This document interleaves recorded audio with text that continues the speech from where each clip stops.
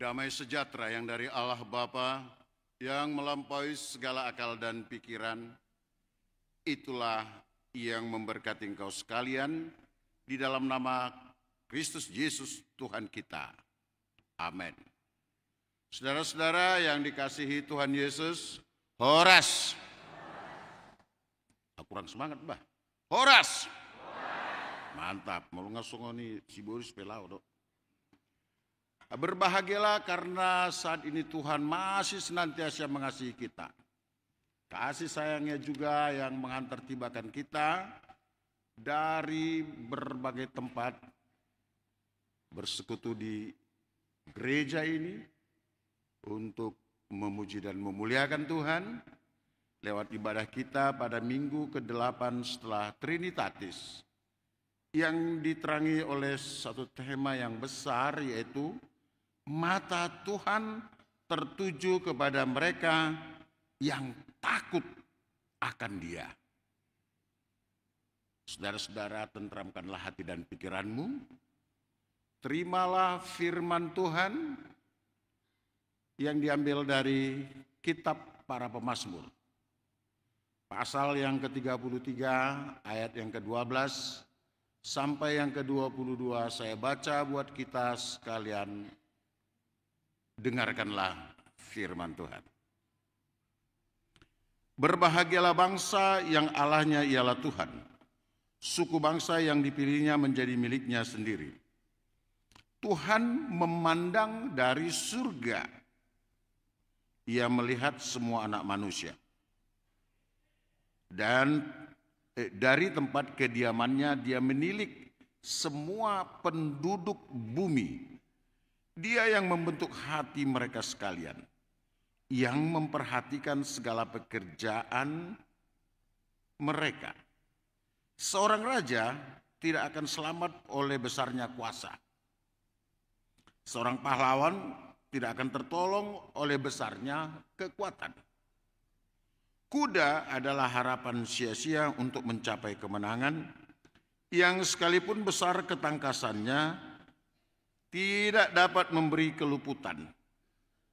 Sesungguhnya mata Tuhan tertuju kepada mereka yang takut akan Dia, kepada mereka yang berharap akan kasih setianya untuk melepaskan jiwa mereka dari maut dan memelihara hidup mereka pada masa kelaparan.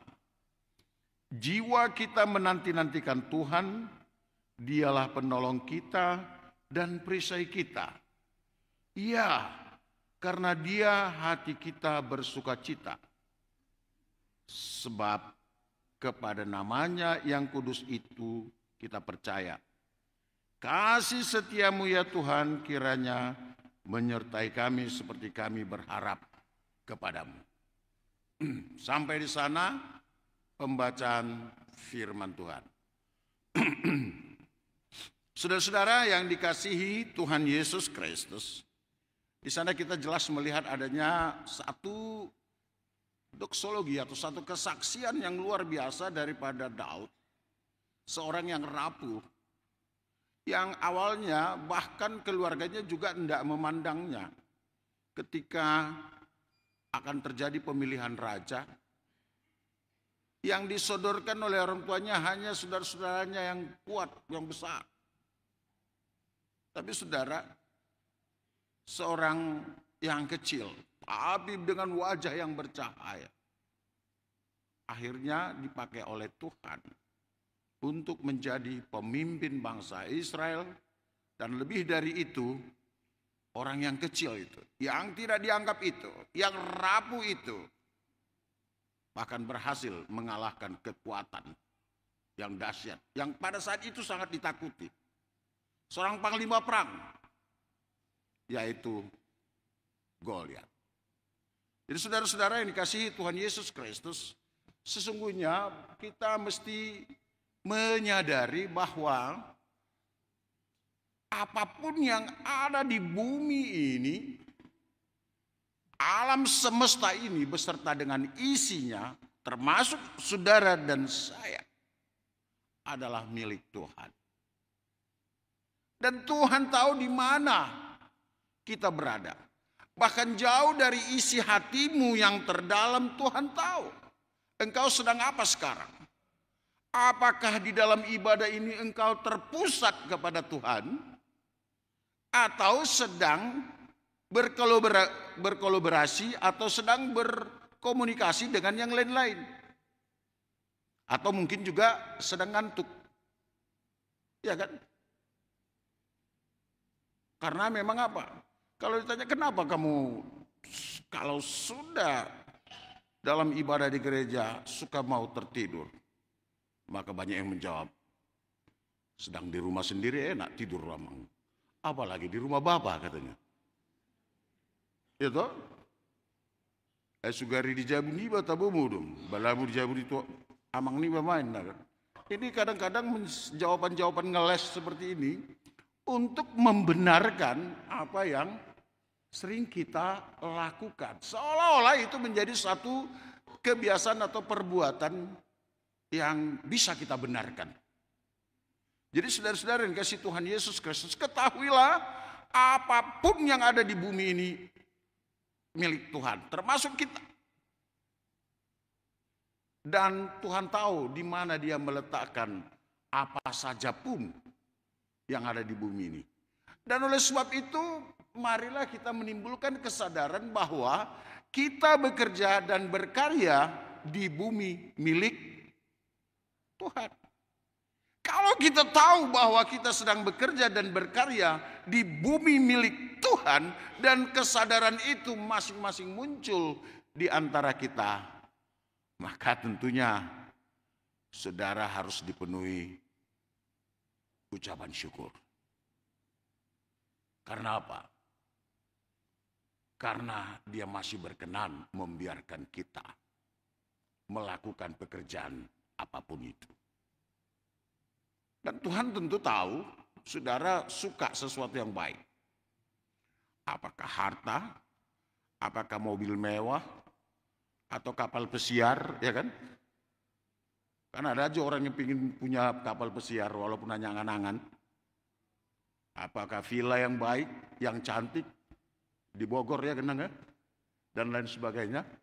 Tuhan suka, Tuhan tahu dan Tuhan berkenan memberikan itu kepada kita. Tapi jangan silap, Nats ini mengatakan Tuhan memperhatikan manusia. Dan Dia melihat setiap kita. Tuhan mengizinkan apapun engkau miliki. Tetapi Dia juga memperhatikan dari surga. Hei, cepat yang dikasih Tuhan Yesus. Ya, ketahui. Dia melihatnya. Dia memperhatikan apapun yang kamu peroleh. Untuk apa? Bukan Tuhan mengilir. Bukan Tuhan menginginkan supaya supaya engkau memberikan sesuatu kepada Dia. Tidak. Dia ingin memperhatikan dan melihat apa yang engkau perbuat terhadap apa yang Dia sudah berkati anugerahkan kepadamu. Oleh karena itu, tidak ada satu orang pun yang bisa semena-mena tentang apapun berkat yang Tuhan berikan kepada dia. Engkau tidak boleh mengatakan, suka-sukakulah. Ini kan rumahku, suka-sukakulah, ini kan mobilku, suka-sukakulah, ini kan uangku. Tidak, Tuhan melihat. Tak ada yang bisa semena-mena dengan berkat yang Dia sudah berikan kepadamu. Karena itu hanya izin kepemilikan dari Tuhan. Coba dengar dan pelajari tadi apa yang telah dilakukan Tuhan terhadap Abraham. Abraham, bangkit keluar dari kenyamananmu. Keluar. Kemana? Dia gak sempat bertanya. Karena kita tidak punya kekuatan untuk bernegosiasi dengan Tuhan. Ya. Keluar. Pergi. Kemana? Nggak ada seperti itu. Dia tidak akan mengatakan kemana. Naik apa ke situ Tuhan? Atau kalau boleh Sherlock dong, berjangan aku bolak-balik nanti, kan gitu. Nggak ada Sherlock sama Tuhan. Kalau kita, dia ada pertanyaan di sound, Sherlock mau coba, kan gitu kira-kira. Nah kalau misalnya ada hujan atau apapun, maaf mau jodoh, dang bu yami dohot pertanyaan, ala boha, ala bla bla bla bla bla bla bla, kan gitu. Kita terlalu nyaman.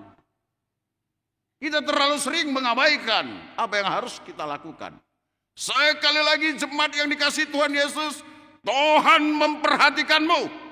Tuhan melihatmu, Tuhan tahu apa dasar-dasarmu untuk membuat segala macam alasan untuk tidak bersekutu, untuk tidak menyembah kepada Dia, untuk tidak bersyukur kepada Dia.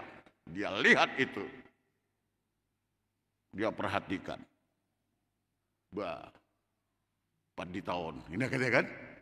Seandainya saya tidak melakukan sesuai dengan kehendak Dia. Bah, PT dah, nah, lihat. Bah, amat tahun. Gitu. Awas, saya lihat kamu. Ku catat nomor polisi mobilmu, kan gitu kira-kira. Jadi saudara-saudara yang dikasihi Tuhan Yesus, inilah sesuatu yang dasar daripada Daud untuk menyampaikan lagu syukur ini. Karena apa? Karena ternyata tidak ada satu kekuatan pun yang bisa meluputkan atau menyelamatkan dia dari hukum dosa. Itu makanya ketika dikatakan seorang raja yang memiliki apa saja di istananya. Dia punya kuasa, dia punya harta, dia punya permaisuri, dan celakanya dia juga banyak punya selir, ya kan? Tidak akan bisa menjamin kebahagiaan dan keselamatannya di bumi ini. Atau dia juga mempunyai mesin perang yang dilambangkan dengan kekuatan kuda. Pada saat itu, kendaraan perang yang paling kuat adalah kuda. Tidak bisa menyelamatkanmu. Padahal umat ini sekarang, apalagi dalam konteks sekarang, mulai sejak zaman perjanjian lama sampai pada konteks kita sekarang, selalu kita membalikkan keadaan. Kenapa? Kita sangat susah, kita sangat fokus, kita berjerih payah untuk mengejar apa saja yang Tuhan sudah buat di bumi ini. Dengan begitu luar biasanya kita cari emas, kita cari berlian, kita cari uang, kita cari harta, kita cari pangkat, dan hampir banyak umat yang menggadaikan imannya oleh karena sesuatu yang Tuhan sudah ciptakan di bumi ini digantikan. Yang penting saya dapat ini, saya dapat kehormatan. Karena apa? Karena hampir-hampir kita orang-orang yang berdosa menggantikan kehormatan, kemuliaan hanya ukurannya adalah tingginya pangkat, banyaknya kekayaan dan sebagainya. Maka jangan heran kalau kita banyak fokus ke sana. Jangan heran. Nah, ini yang kita sering balikkan. Kepada yang Tuhan ciptakan, kita mau takut dan menyembah. Justru kepada pencipta itu, sang pemilik kehidupan itu, pemberi berkat itu, kita sering abaikan. Di mana engkau ketika pertanyaan weekmu?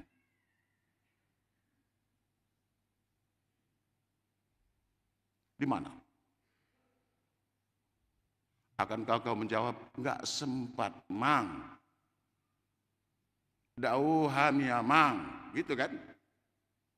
Pertanyaan week itu bukan diselenggarakan dengan tiba-tiba. Terjadwal dengan resmi. Enggak ada yang tiba-tiba itu. Jadi saudara akan dengan enteng mengatakannya itu. Betul? Nah, coba periksa.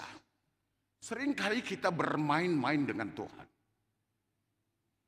Ayo coba kita buka Galatia, buku Galatia. Galatia pasal yang ke-6. Ayat 7, coba tolong kalau bisa dipancarkan. Galatia 6 ayat 7 dan ayat 8. Ada yang bawa Alkitab?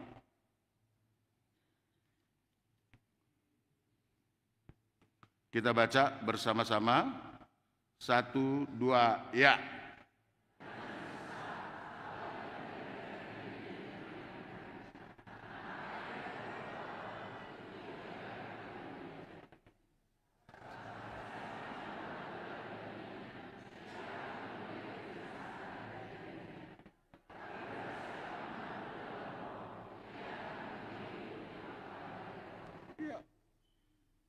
Jangan bermain-main. Jangan terlalu sering kita bermain-main dengan Tuhan. Jangan terlalu banyak menyembunyikan dosa kita. Kita lebih takut diketahui oleh sesama kita, kesalahan-kesalahan kita, daripada kita harus berterus terang langsung. Ada banyak orang yang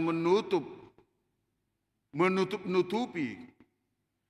Di dia baru tanah sadanai, mulai disukun soni. Ngalau, padahal dia sudah MBA. Married by accident. Betul?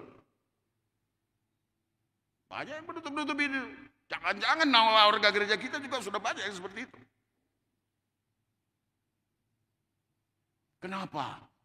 Malu. Malu sama sesama. Tapi saudara tidak malu kepada Tuhan. Saudara tidak takut kepada Tuhan.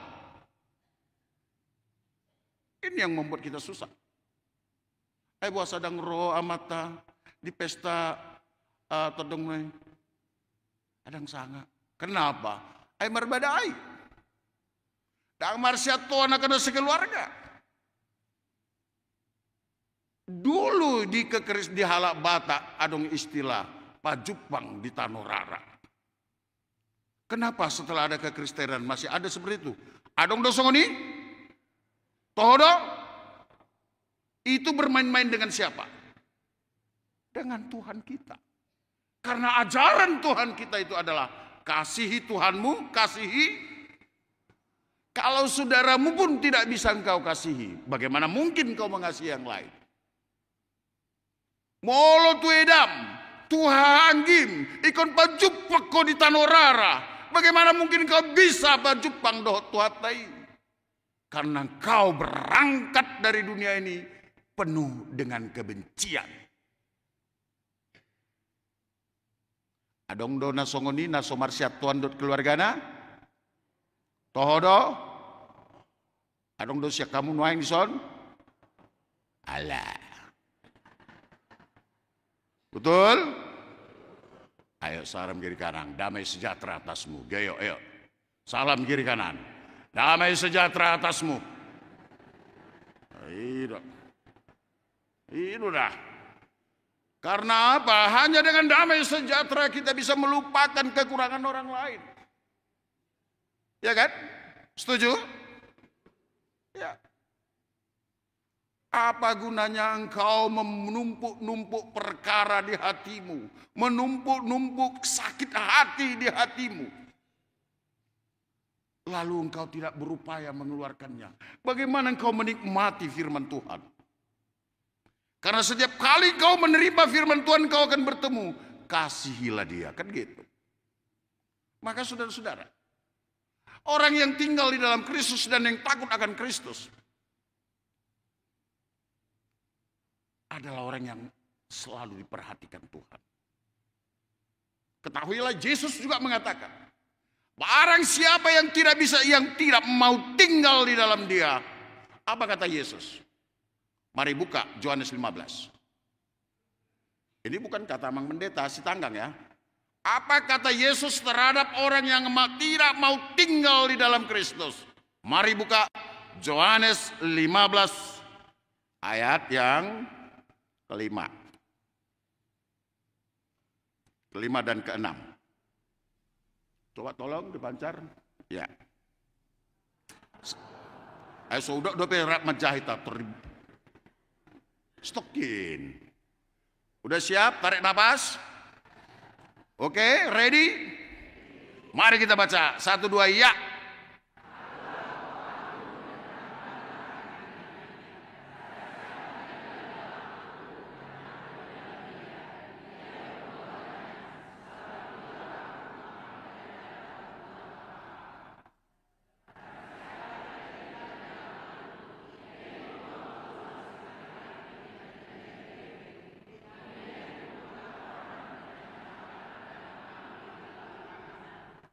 Barang siapa tidak tinggal di dalam aku, engkau tidak bisa berbuat apa-apa. Ibarat ranting-ranting yang kecil, yang kering, dikumpulkan, dibakar lalu ada yang mau dibakar? Ada yang mau dibakar? Suka makan ikan bakar? Kalau ikan biarlah dibakar ya. Jadi saudara-saudara yang dikasihi Tuhan Yesus Kristus, pertama firman ini mengatakan jangan sesat. Karena Tuhan tidak ingin dipermainkan.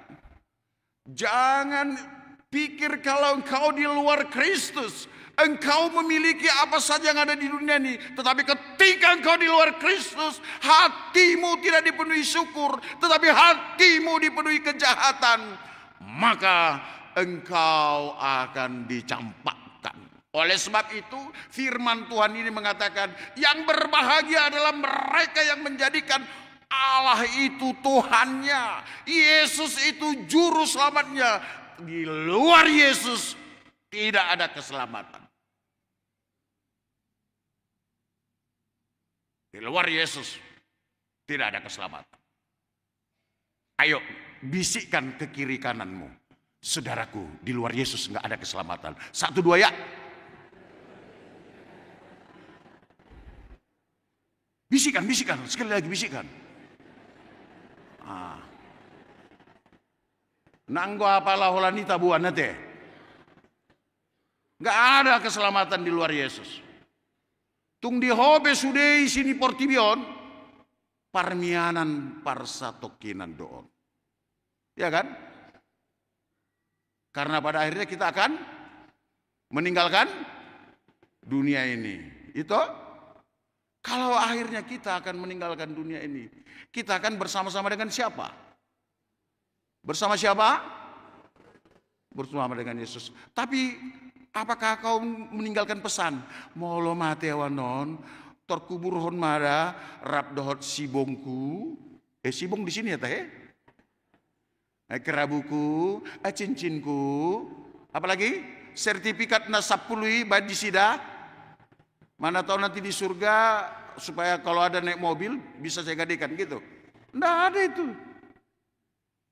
Gariada itu bisa menjadi malapetaka, parporangan di generasi. Kalau mereka tidak, generasi yang tidak takut akan Tuhan. Betul kan? Gariada, apapun yang kau miliki, kalau anak cucumu tidak engkau arahkan menjadi generasi yang takut akan Tuhan, semua hartamu akan menjadi bumerang bagi mereka. Ini untukku, ini untukku, ini untukku katanya. Ya kan? Mereka enggak sempat untuk mengingat nasihat, bimbingan orang tua. Jadi saudara-saudara yang dikasihi Tuhan Yesus, kalau Tuhan mengatakan, firman ini mengatakan, mata Tuhan tertuju kepada orang yang takut akan Dia. Itu artinya kalau kita balikan, Tuhan akan tidak peduli dan mau mengabaikan mereka yang tidak takut pada Tuhan. Yang hidup di luar Yesus, saudara nggak bisa berbuat apa-apa. Saudara ibarat ranting yang dikumpulkan, dibakar dan dicampakkan. Maka sekolah minggu juga sudah lama itu kita ajarkan. Nggak tahu kalau sampai sudah tua kita jadi lupa. Dari sekolah minggu kita sudah katakan dan bahkan dinyanyikan itu sama sekolah minggu. Di dalam dunia Kalau mau kita nyanyikan janganlah terpaksa. Coba kita sama-sama, 1, 2 ya.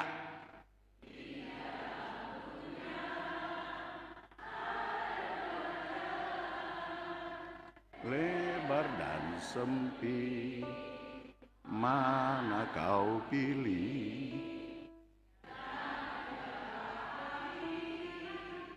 Jiwamu mati, tapi yang sempit Tuhan berkati. Udah pas habis, tong. Mau kita main? Bisa kau mainkan? Bisa kau iringi? Ayo kita iringi 1 kali lagi, 2 ya. 1, 2 ya. 1 ya. Di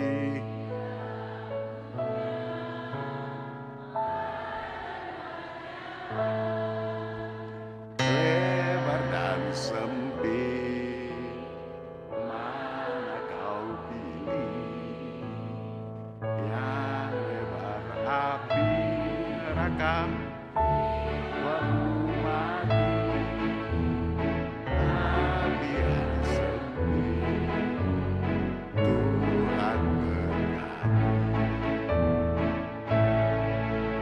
saudara-saudara, memang melakukan kehendak Tuhan itu sangat sulit. Karena yang pertama, kita harus mengalahkan diri kita. Mengalahkan ego kita. Dan mengalahkan segala keinginan-keinginan yang justru bisa menghalangi kita. Lihatlah bagaimana istri Lot harus menjadi batu garam. Karena apa? Dia sangat sulit mengalahkan diri. Agak sayang naik katanya. Dia menoleh ke belakang. Mak, di sini ada sertifikatku 400 lagi. Mak, di sini ada tabunganku 2 miliar lagi. Mak, di sana ada semua merek bank ada. Lalu dia berat meninggalkan itu. Saat itu juga engkau menjadi batu garam dan binasa. Jadi saudara-saudara yang kasih Tuhan Yesus, sekali lagi takutlah akan Tuhan. Karena Yesus selalu mengatakan, akulah jalan, terus saya namale. Kayak lapar kita. 1, 2 ya.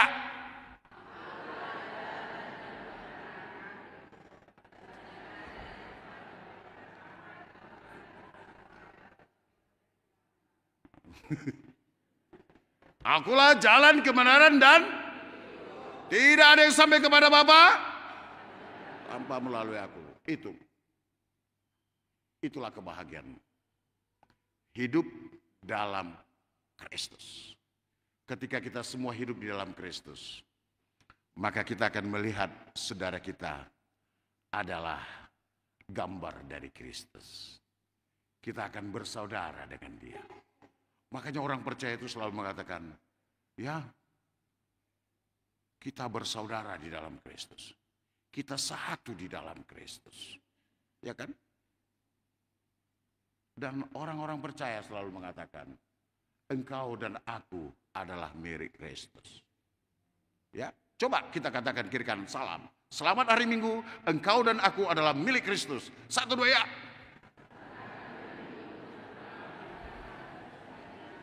Iya, jangan malu-malu. Kau bereng hitaun ala nunga berpasangan ngama tua gabe maila marsidalangan. Iya kan? Semakin tua harusnya semakin benar. Semakin tua harusnya semakin atong coba sekali lagi ya sawo adong contohnya di julun bareng. 1, 2 ya. Selamat hari Minggu, kita adalah kau dan aku adalah milik Kristus. 1, 2 ya. Agak dong dopin nama Ila. Ya gak apa-apa. Tetapi penuh dengan kasih mesra. Karena itulah hakikat rumah tangga Kristen. Takutlah akan Tuhan, sebab Tuhan memperhatikan mereka yang takut akan Dia, yang akan selalu menghadapi berbagai pergumulan, tetapi karena Tuhan ada bersamanya, segala pergumulan bisa dimenangkan. Saudara, apakah di depan itu engkau melihat barcode untuk pembangunan? Tidak usah diisi ya. Oke. Tapi kalau ada berkenan boleh juga. Marilah kita berdoa.